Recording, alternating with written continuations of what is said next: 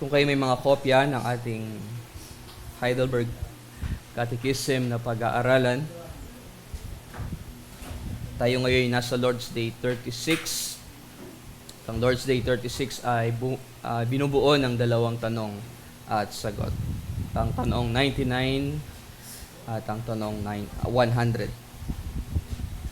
Sundan po ninyo ako ng inyong paningin. Ito ang sabi, tanong 99, ano ang hinihingi sa ikatlong utos? Sagot, na tayo, hindi lamang sa pamamagitan ng pagsumpa o pagsisinungaling, kundi maging ng padalos-dalos din na panunumpa. Hindi dapat lapastanganin o abusuhin ang pangalan ng Diyos, ni pakikibahagi sa pamamagitan ng pananahimik o sabwatan sa kakilakilabot ng mga kasalanan ng iba. At sa madaling salita, nagamitin natin ang banal na pangalan ng Diyos na may takot at paggalang upang matuwid na maipahayag at masamba sa pamamagitan natin at maluwalhati sa lahat ng ating mga pananalita at gawa.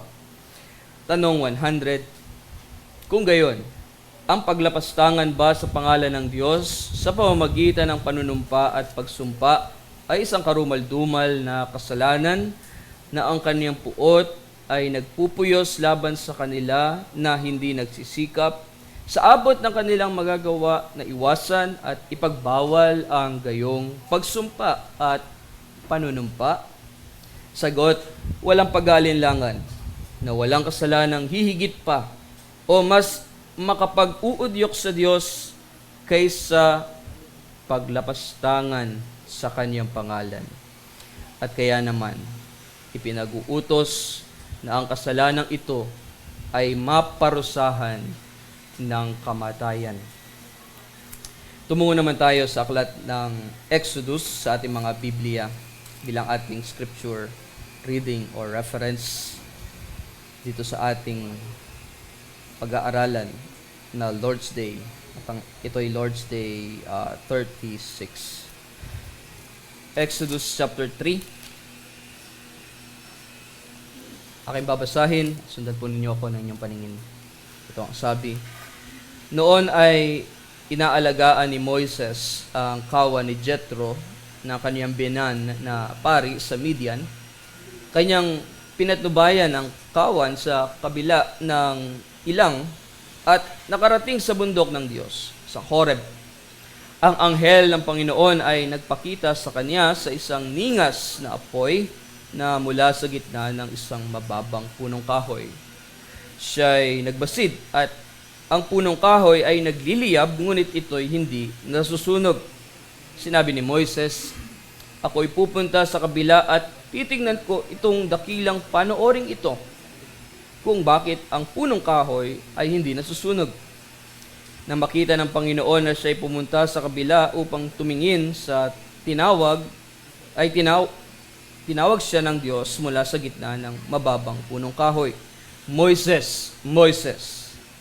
Sumagot siya, narito ako. Kanyang sinabi, huwag kang lumapit dito. Hubarin mo ang sandalyas sa iyong mga paa upang ang dakong iyong kinatatayuan, sapagkat ang dakong iyong kinatatayuan ay banal na lupa. Sinabi pa niya, ako ang Diyos ng iyong ama, ang Diyos ni Abraham, ang Diyos ni Isaac, at ang Diyos ni Jacob. Si Moises ay nagtakip ng kanyang muka sapagkat siya'y natakot na tumingin sa Diyos. Sinabi ng Diyos, aking nakita ang paghihirap ng aking bayan na nasa Ehipto, at aking narinig ang kanilang daing dahil sa mga umaapi sa kanila, sapagkat nalalaman ko ang kanilang pagdurusa. Ako'y bumaba upang iligtas sila mula sa kamay ng mga Ehipsyo at upang sila'y dalhin sa isang mabuting lupain at malawak mula sa lupaing iyon sa isang lupaing dinadaluyan ng gatas at pulot, sa lugar ng mga Kananeo, Eteo, Amoreo, Perezeo, Heveo at Jebuseo. At ngayon, ang daing ng mga anak ni Israel ay nakarating sa akin at nakita ko rin ang pang-aapi na ginawa sa kanila ng mga Ehipsyo. Halika, Ikaw ay aking susuguin kay Faraon upang iyong ilabas sa Ehipto ang aking bayan, ang mga anak ni Israel. Sinabi ni Moises sa Diyos, sino ako upang pumaroon kay Faraon at upang ilabas sa Ehipto ang mga anak ni Israel? Kanyang sinabi, ako'y makakasama mo, at ito'y magiging tanda sa iyo na ikaw ay aking sinugo kapag iyong nailabas na sa Ehipto ang bayan. Sasambahin ninyo ang Diyos sa bundok na ito. Ngunit sinabi ni Moises sa Diyos, pagdating ko sa mga anak ni Israel at sabihin ko sa kanila, sinugo ako sa inyo ng Diyos ng inyong mga ninuno. At sasabihin nila sa akin, ano ang kaniyang pangalan? Anong sasabihin ko sa kanila? Sinabi ng Diyos kay Moises, ako ay ang ako nga. At kanyang sinabi, ganito ang sasabihin mo sa mga anak ni Israel, sinugo ako sa inyo ni ako nga. Sinabi pa ng Diyos kay Moises, ganito ang sasabihin mo sa mga anak ni Israel, sinugo ako sa inyo ng Panginoon, ang Diyos ng inyong mga ninuno, ang Diyos ni Abraham, ang Diyos ni Isaac, at ang Diyos ni Jacob. Ito ang aking pangalan magpakailanman, at ito ang itatawag sa akin ng lahat ng mga lahi. Humayo ka at ipunin mo ang matatanda sa Israel, at sabihin mo sa kanila, ang Panginoon, ang Diyos ng inyong mga ninuno, ang Diyos ni Abraham, Isaac, at Jacob, ay nagpakita sa akin na nagsasabi, tunay na kayo'y aking dinalaw at aking nakita ang ginagawa sa inyo sa Ehipto. At aking sinabi, aking aalisin kayo sa kapigatian sa Ehipto at dadalin ko kayo sa lupain ng Kananeo, Heteo, Amoreo, Perezeo, Heveo, at ng Jebuseo, sa isang lupaing dinadaluyan ng gatas at pulot. Kanilang papakinggan ang iyong tinig. Ikaw at ang matatanda sa Israel ay pupunta sa hari ng Ehipto at inyong sasabihin sa kanya, ang Panginoon, ang Diyos ng mga Hebreyo, ay nakipagtagpo sa amin at ngayoy pahintulutan mo kami na maglakbay ng 3 araw sa ilang. Nais naming makapaghandog sa Panginoon naming Diyos. Alam ko na hindi kayo papahintulutan ng hari ng Ehipto na umalis maliban sa pamamagitan ng isang makapangyarihang kamay. Kaya aking iuunat ang aking kamay at sasaktan ko ang Ehipto sa pamamagitan ng lahat kong kababalaghan na aking gagawin sa gitna niyon, at pagkatapos papahintulutan niya kayong umalis. Pagkakalooban ko ang bayang ito ng biyaya sa paningin ng mga Ehipsyo. Sa pag-alis ninyo ay hindi kayo aalis na walang dala.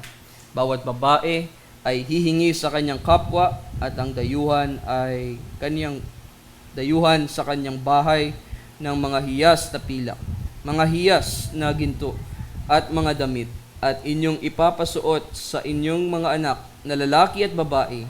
Sa ganito ay inyong sasamsaman ang mga Ehipsyo. Purihin ang pagkabasa ng kanyang salita. Isipin po natin, o isipin po ninyo ang pangalan ng isang taong mahal na mahal ninyo.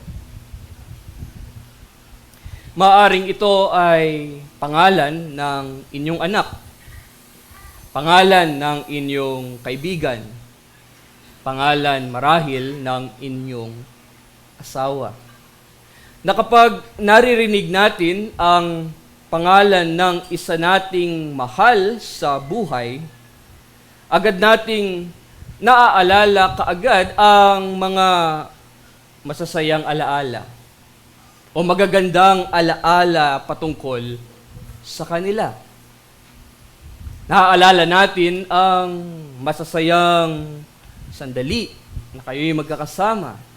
Ang mga panahong kayo ay magkakasamang namamasyal, pumupunta sa ganitong lugar, at naaalala ninyo yung pagmamahalan ninyo sa isa't isa. Minsan pa nga, nasasabi natin, dahil mahal na mahal natin yung taong iyon, mahal na mahal natin itong mahal natin sa buhay na ito ay kaya nating isakripisyo, kaya nating ibigay ang lahat para sa Kanya. At ang lahat ng ito ay maaaring magsimula sa simpleng pagbigkas o simpleng pagbanggit ng Kaniyang pangalan. Sapagkat hindi natin maaaring ihiwalay ang Kanyang pangalan sa Kanyang mismong, yung Kanyang pagkatao. Hindi natin nakakabit yun eh. Yung pangalan mo sa iyong buong pagkatao. Di ba nga po kapag ikaw ay tinukso o ikaw ay nilait ng sino man diyan, binanggit ang iyong pangalan, nilait, tinukso, o kapag binabastos yung iyong pangalan, o kapag ginagawang biro yung iyong pangalan, anong nangyayari? Anong nagiging reaksyon natin? Nasasaktan tayo. Masakit para sa atin yon. Dahil parang tayo rin mismo ang parang binastos o minaliit dahil niloko o hindi ginamit ng maayos ang iyong pangalan.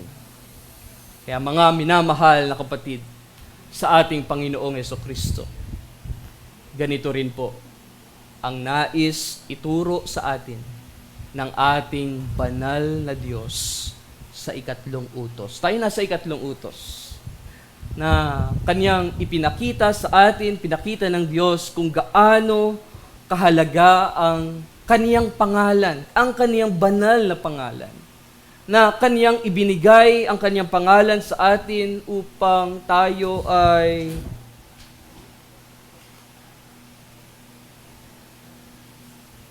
makilala siya. Binigay sa atin upang banggitin ang Kaniyang pangalan.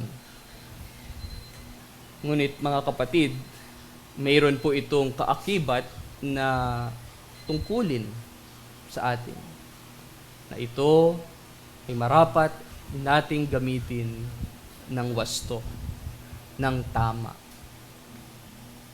Na sinasabi nga ng aklat ng Exodus chapter 20 at meron din sa Deuteronomy chapter 5, kanina nga binasa natin, inisa-isa natin ang 10 kautusan at ang ikatlo roon ay binabanggit, huwag mong babanggitin ang pangalan ng Panginoon mong Diyos sa walang kabuluhan. Kaya nga ito ang ginawa nating mensahe dito sa ating text, ang Heidelberg Catechism, Lord's Day 36, question and answer 99 hanggang 100, na ipinapakita ng ikatlong utos ang kahalagahan ng pangalan ng Diyos. Again, ito ang ating paksa, ipinapakita ng ikatlong utos ang kahalagahan ng pangalan ng Diyos. Sa ilalim nito ay meron tayong dalawang mahalagang punto na ating bibigyang diin. Ang una, ang karapatang makilala ang pangalan ng Diyos. Una, ang makilala ang pangalan ng Diyos. Binigyan tayo ng karapatan na makilala ang pangalan ng banal na Diyos. Pangalawa, ang tungkuling gamitin ang pangalan ng Diyos ng may paggalang. Gamitin natin ang pangalan ng Diyos ng wasto, ng may takot, ng may paggalang. So tingnan natin ang una, ang karapatang makilala ang pangalan ng Diyos. Alam natin, bilang mga mananampalatayang reform, na kapag ang pinag-uusapan o kapag ang pinag-aaralan ay patungkol sa pangalan ng Diyos, masasabi natin ito po ay hindi basta-basta. Hindi ito madaling paksa na pinag-aaralan. At rito po sa ating pinag-aaralang catechism, lalo na dito sa question and answer 99 hanggang 100, binabanggit na ang paggamit ng pangalan ng Diyos sa maling paraan o sa walang kabuluhan ay isang karumal-dumal. Yun ang sabi sa confession. Karumal-dumal na kasalanan. Bakit? Sapagkat walang ibang kasalanan ang higit na nagpapagalit sa Diyos, kundi ang paglapastangan sa kaniyang banal na pangalan. Kaya nga, di ba, sa lumang tipan, ang ganitong kasalanan, specifically, ang paglapastangan sa pangalan ng Diyos ay pinarurusahan ng kamatayan. Yan sabi ng confession. At yan din naman ang binibigyang diin ng salita mismo ng Diyos. Sabi nga sa Leviticus chapter 24 verse 16, sabi roon, ang lumapastangan sa pangalan ng Panginoon ay tiyak na papatayin at babatuhin siya ng buong kapulungan. Maging dayuhan o katutubo sa lupain ay papatayin kapag nilapastangan ang pangalan. Tigat, ano? Na dahil dito, mga kapatid, may isip tuloy natin, may isip mo tuloy, na baka mas mabuti na lamang na wag na lang banggitin ang pangalan ng Diyos. O iwasan na lamang nating bigkasin ang pangalan ng Diyos upang sa gayon hindi tayo magkasala dahil sa ating kapabayaan o walang pag-iingat na pananalita. Na sa katunayan, ganito po ang naging ugali ng mga Hudyo, ng mga taga-Israel. Itong mga Hudyo na nasa Ehipto, hindi po nila binibigkas ang pangalan ng Diyos dahil sa sobrang takot. Dahil sa grabing paggalang nila sa pangalan ng Diyos. Dahil alam nila yung consequence ng kanilang gagawin na pagkakasala kapag binanggit nila ang pangalan ng Diyos nang walang katuturan, nang hindi tama, sila ay sabi, papatayin. Yan sabi ng Exodus chapter 20 verse 7, again, sinasabi roon, sapagkat hindi, yun ang sabi. Ano sabi? Sapagkat hindi pawawalang sala ng Panginoon ang sino mang gumagamit ng kaniyang pangalan sa walang kabuluhan. Ganon katindi. Hindi ka makakalusot. Hindi ka makakatakas sa anumang kaparusahan. Ang maaari mong kalagyan dahil sa pagbigkas mo sa pangalan ng Diyos ng walang saysay. Pero mga kapatid, hindi po iyon ang pinakalayunin ng Diyos dito sa ating pag-aaral. At sana makita natin na hindi itinago ng Diyos ang kanyang pangalan sa atin. Hindi niya inihihiwalay ang kanyang pangalan sa atin. Bagkus, ang ginawa pa nga ng Diyos, nakita natin sa Exodus chapter 3, ginawa ng Diyos, siya pa mismo ang nagbigay, siya pa mismo ang naghayag nito para sa atin. Mind you, sa buong kasulatan, makikita nating paulit-ulit niya itong binibigkas. Paulit-ulit niya itong binibigay. Paulit-ulit niya itong binabanggit upang, anong purpose? Upang atin siyang makilala. Upang lubos pa natin siyang makilala. Kaya nga, very reason, kaya binigay ng Diyos ang kanyang pangalan is upang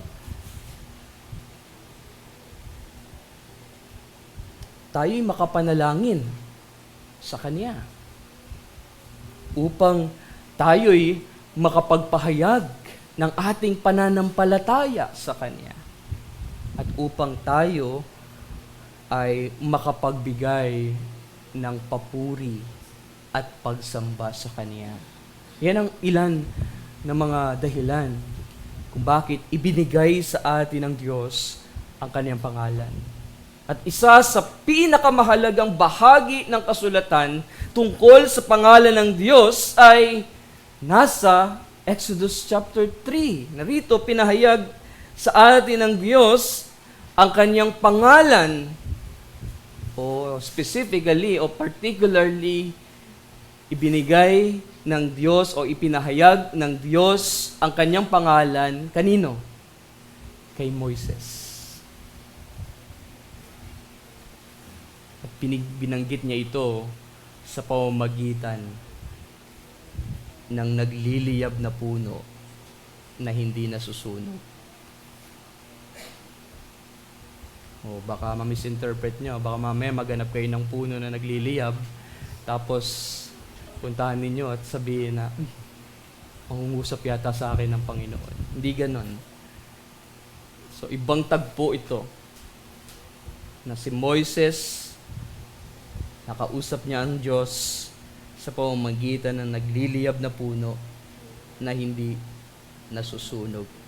Na kung ating babalikan ang kasaysayan, ang kwento, ang bayan ng Israel ay, alam natin, sabi sa ating binasa kanina, ay nasa ilalim ng matinding pagdurusa sa ilalim ng mga taga-Ehipto.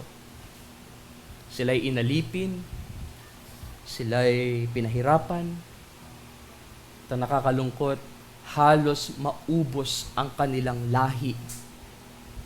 At rito mga kapatid, sa gitna ng kanilang matinding pagdurusa, sa gitna ng kanilang matinding paghihirap, sa kanilang kalagayan roon sa Ehipto, wala na silang ibang matatakbuhan, wala na silang ibang malalapitan, kundi ang Diyos. At sa mismong sandali ng kanilang pangangailangan o pagtawag sa Diyos, kita natin na sumagot ang Diyos sa kanilang panalangin. Nagpakita siya kay Moises na mula sa malayo, pakita ang Diyos sa gitna ng isang mababang punong kahoy. At kanyang sinabi sa Exodus chapter 3 verse 5, ang sabi ng Diyos, huwag kang lumapit dito, hubarin mo ang sandalya sa iyong mga paa, sapagkat ang dakong iyong kinatatayuan ay banal na lupa. Sinabi pa ng Diyos sa verse 6, ako ang Diyos ng iyong ama, ang Diyos ni Abraham, ang Diyos ni Isaac, at ang Diyos ni Jacob. Ang marinig yun ni Moises, ang naging tugon niya ay magtanong sa Diyos. Ang tanong niya sa verse 13, pagdating ko sa mga anak ni Israel at sasabihin ko sa kanila, sinugo ako sa inyo ng Diyos ng inyong mga ninuno. At sasabihin nila sa akin, anong kanyang pangalan? Anong sasabihin ko sa kanila? Mga kapatid, mahalaga kasi yung tanong na yon. Mahalaga yung tanong na binabanggit rito ng salita ng Diyos ni Moises, na ano ang kanyang pangalan? Anong sasabihin ko sa kanila? Sapagkat ipinapahiwatig o ipinapakita nito ang isang masakit na realidad, nakakalungkot na realidad, na sa tagal ng katahimikan, tila nawaglit, nawala na sa kanilang puso at isipan kung sino ang Diyos. Kung sino ang Diyos na minsang tumawag, na minsang nangako at nangalaga sa kanila. Parang ang Diyos sa kanila ay isang estranghero na lamang. Estranghero sa kaniyang bayan. Hindi na kilala.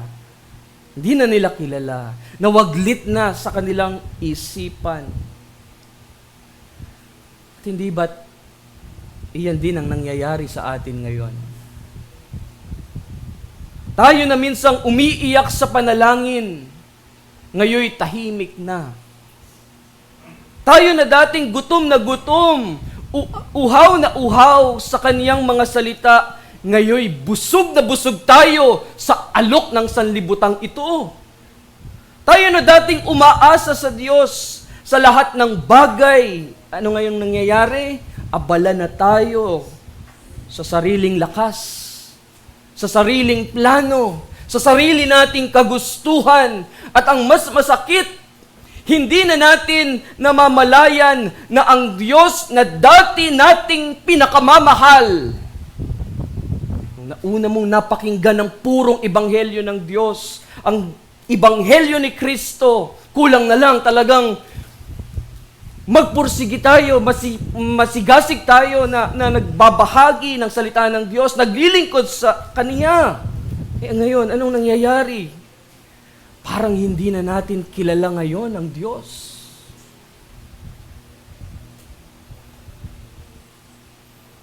At dito ibinigay sa atin ng Diyos ang Kaniyang sagot. Ibinigay ng Diyos kay Moises kung sino siya. Ipinahayag ng Diyos kung sino siya. Sa verse 14, sabi niya, ako ay ang ako nga. Sa Ingles, I am that I am. Ano pong ibig sabihin ng salitang iyon? Ang ibig sabihin ng pagpapakilalang iyan ng Diyos, ng kanyang pangalan. Ang ibig sabihin yan, ang Diyos ay walang simula at walang wakas. Na ang Diyos ay hindi nakadepende sa sinuman, na ang Diyos ay hindi kailanman nagbago. I am that I am. At ito ang mabuting balita sa atin, na dahil ang Diyos ay hindi nagbabago, kaya niyang tuparin ang lahat ng kanyang mga pangako. Na ang Diyos na tumawag kay Abraham, ang tumawag kay Isaac, ang tumawag kay Jacob, ay siya ring Diyos na nangakong ililigtas ang Israel. Ang bayan ng Diyos, ang iglesia ng Diyos. At ito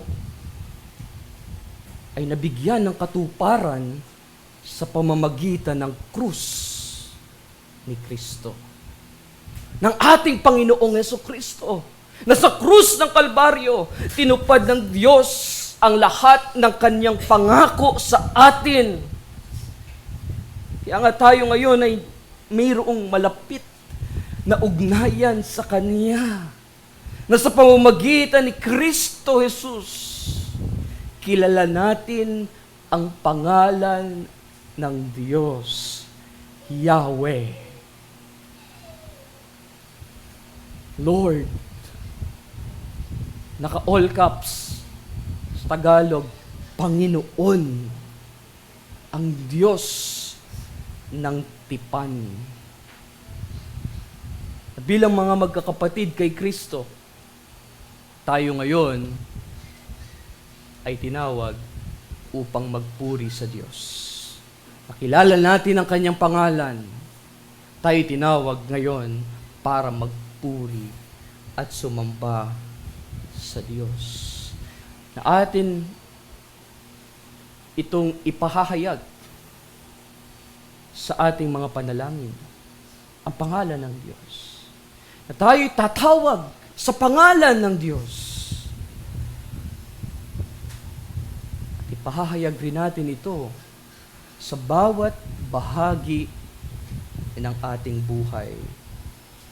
Narito sinasabi sa atin na hindi natin kailangang mag-alinlangan o pagdudahan o magduda na gamitin ang kanyang pangalan.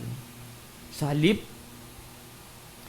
gagamitin natin ang kanyang pangalan ng maayos, ng wasto, ng tama, ng may malaking pagkatakot, ng mayroong paggalang. Gagamitin natin ang pangalan ng Diyos ng may paggalang. Kaya pasok tayo sa pangalawang punto, ang tungkuling gamitin ito ng may paggalang.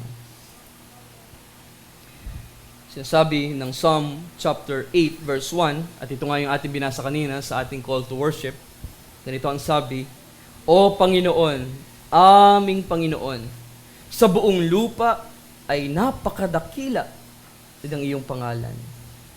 Ang tanong rito ay kung ganito pala kadakila ang pangalan ng Diyos, paano natin ito dapat banggitin at gamitin? Ang sagot ng ating confession, ito nga sa Heidelberg Catechism, Lord's Day 36, question and answer, particularly sa question and answer 99, ang sabi ron, gamitin natin ang banal na pangalan ng Diyos na may takot at, ang sabi, paggalang. Ibig sabihin, hindi natin dapat gamitin ang pangalan ng Diyos sa pagmumura. Malinaw ba yun? Yung God. O gagamitin natin yung pangalan ng Panginoon sa pagbibiro. Sa walang kabuluhan na kayo nagalit, nagulat, sasabihin mo yung salitang Diyos. Mga kapatid, bakit kailangan nating ingatan, maging maingat tayo sa pagbanggit? Bakit kailangan may paggalang? Mga kapatid, itanim natin sa ating isipan. Dahil ang pangalan ng Diyos, dahil ang kanyang pangalan ay banal. Banal na pangalan. At hindi rin natin dapat maliitin ang Diyos. Hindi natin minamaliit ang simbahan.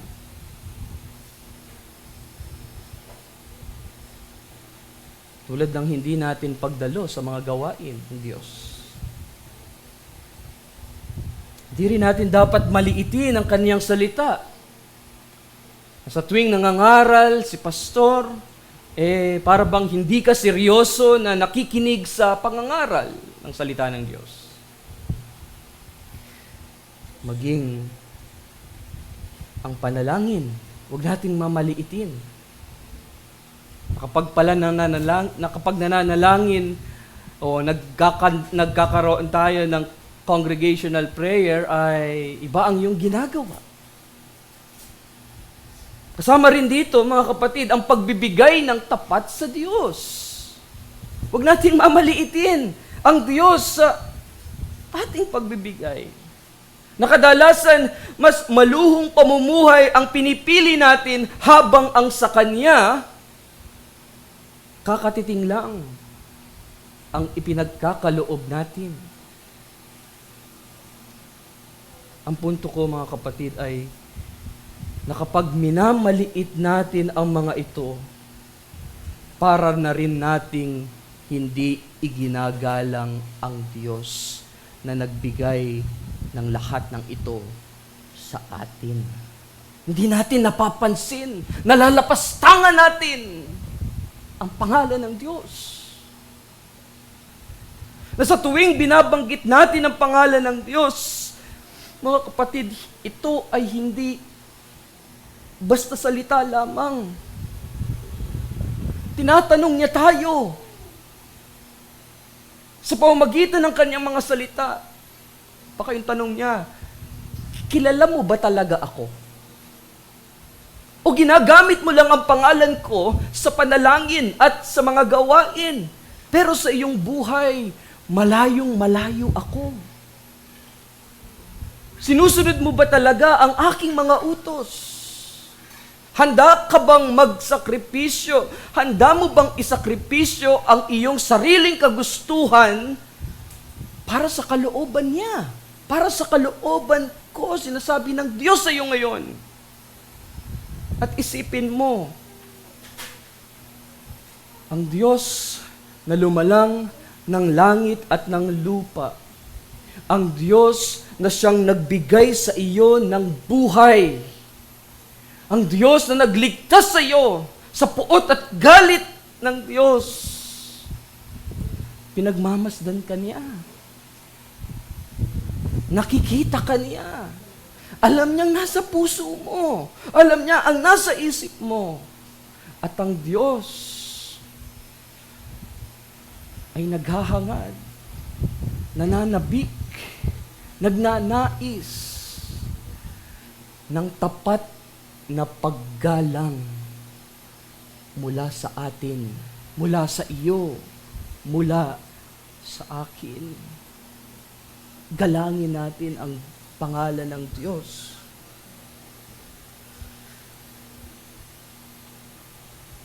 Trito'y alalahanin natin ang ating Panginoong Hesukristo, na kung paano niya tinupad o kung paano niya iginalang ang pangalan ng Diyos o kung paano isinabuhay o tinupad ng ating Panginoong Hesukristo ang ikatlong utos. At nakalulungkot, siya'y hinatulan ng kamatayan dahil sa maling akusasyon ng paglapastangan sa pangalan ng Diyos. Inakusahan siyang minamaliit ang pangalan ng Ama, gayong siya ang bugtong na anak na nagpakababa, naglingkod, at ipinakita sa sanlibutan kung ano ang tunay na kabanalan, na sa halip na siya'y kanilang sambahin. Anong ginawa nila? Siya'y kanilang tinanggihan. Siya'y kanilang pinagbintangan. At siya'y kanilang ipinako doon sa krus ng Kalbaryo dahil sa isang kasalanang hindi niya kailanman ginawa. Pakikita natin ang kasaysayan sa Matthew chapter 26. Matthew 26, mababasa natin roon nang nililiti si Jesus. Ang konteksto ay desperado na ang mga punong pari at ang buong Sanhedrin. Ang ginawa nila, sa Matthew 26 verse 59, ginawa nila, humanap sila ng mga bulaang saksi laban kay Jesus upang kanilang, anong gagawin? Maipapatay siya. Ngunit, kahit na may mga huwad o bulaang saksi, wala silang naging sapat na ebidensya laban sa ating Panginoong Jesus. Hanggang sa mayroong isang saksi na nagsabi, doon sa verse 61, baka nga sila nga yung sumisigaw na ipako siya sa krus. Sila rin yung mayroong daladalang palaspas, araw ng palaspas ngayon, yung pagdaan namin kanina. Mayroong isang saksi na nagsabing, sinabi ng taong ito, kaya kong gibain ang templo ng Diyos at muling itayo sa loob ng 3 araw. Ngunit tayo bilang mga Reformed believers, alam natin ang ibig sabihin nito, na ang tinutukoy sa atin ng ating Panginoong Hesus rito ay ang kanyang sariling katawan. Hindi ang templong bato sa Jerusalem. Yan anong nangyari? Sumunod. Pinilit ng mga punong pari ng mga leaders ng mga relihiyon, pinilit nila ang ating Panginoong Hesus na magsalita. Sabi nila sa verse 63,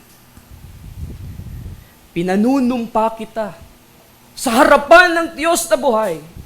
Sabihin mo sa amin kung ikaw nga ang Kristo, ang anak ng Diyos. At sa Mark chapter 14,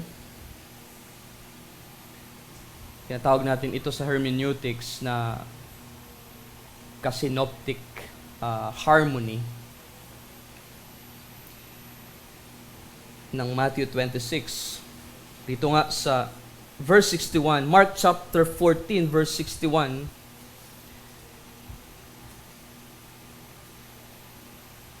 sabi nila, ikaw ba ang Kristo?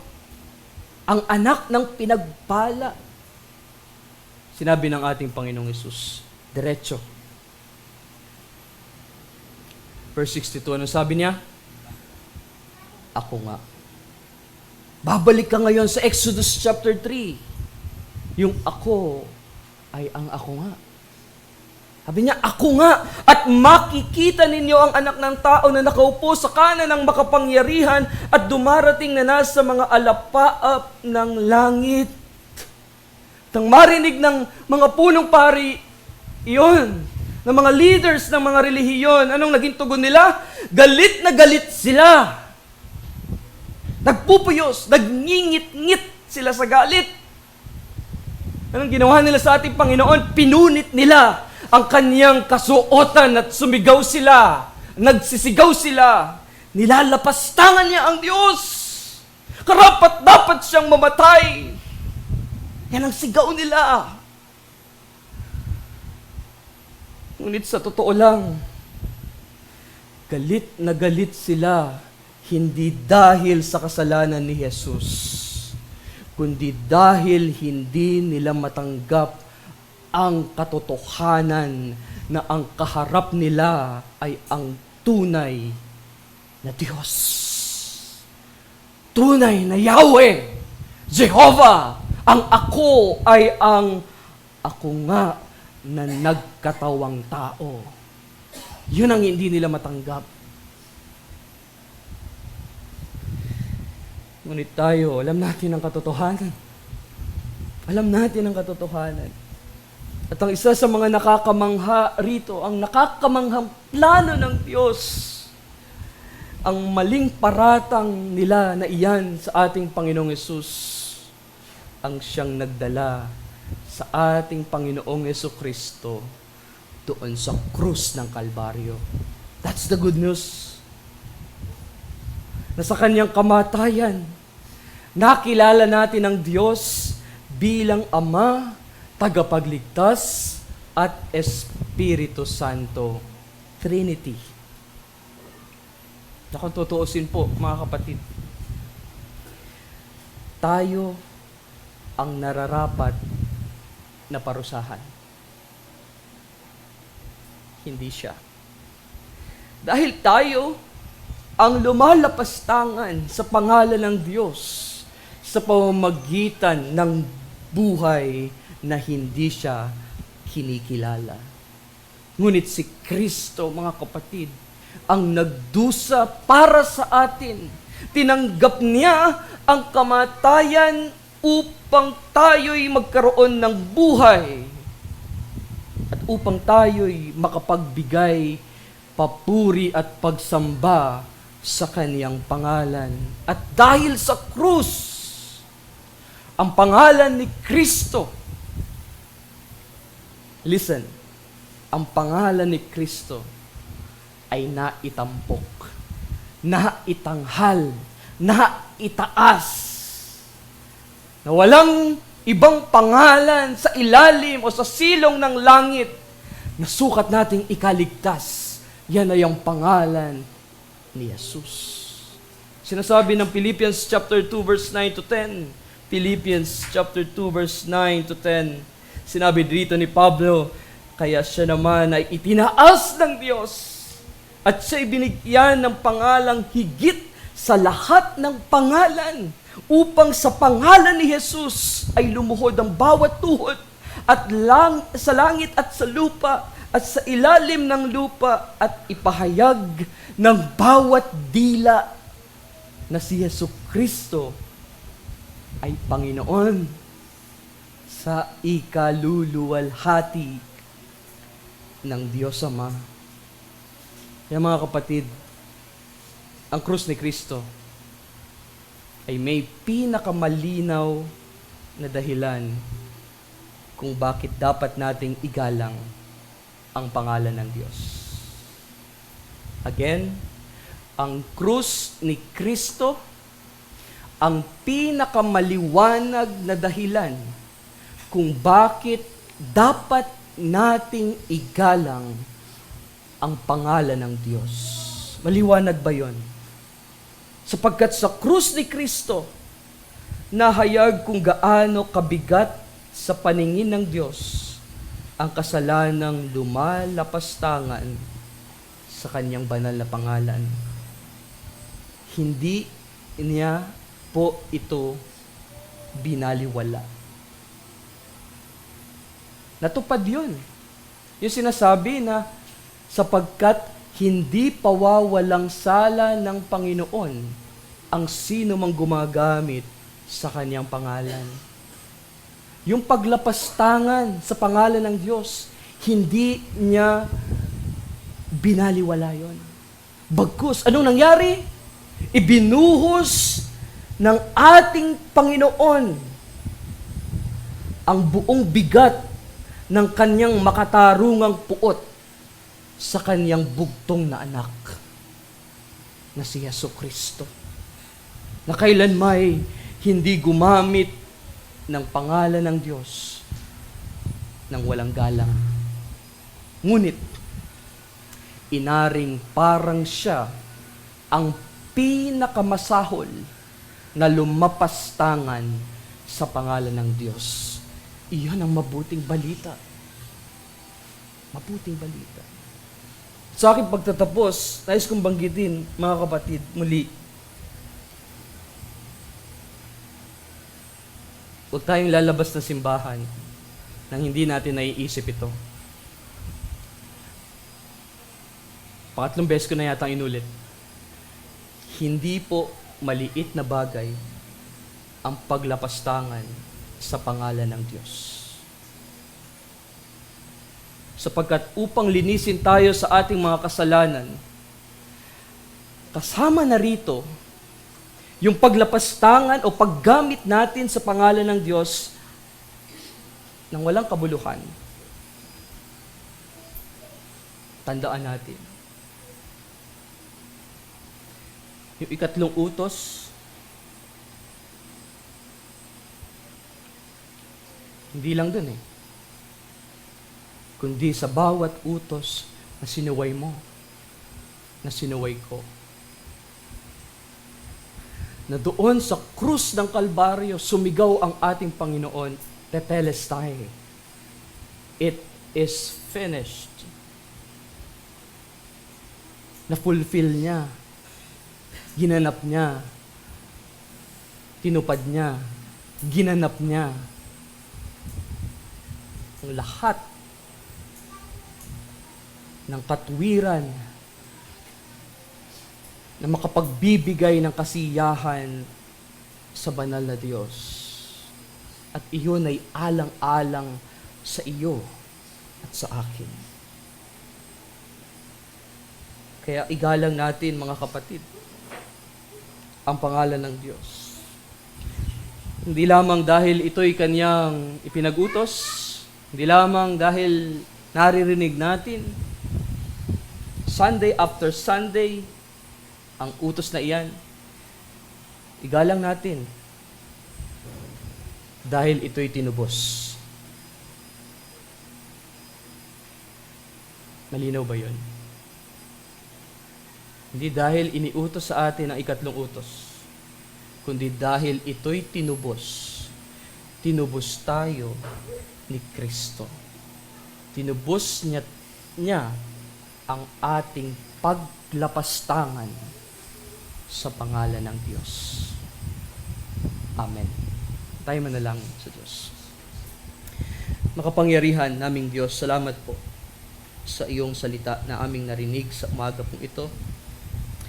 Nawa, ito po'y tumanim sa aming mga kaisipan, tumagos sa aming mga puso, at tulungan niyo po kami na ito'y aming maipamuhay.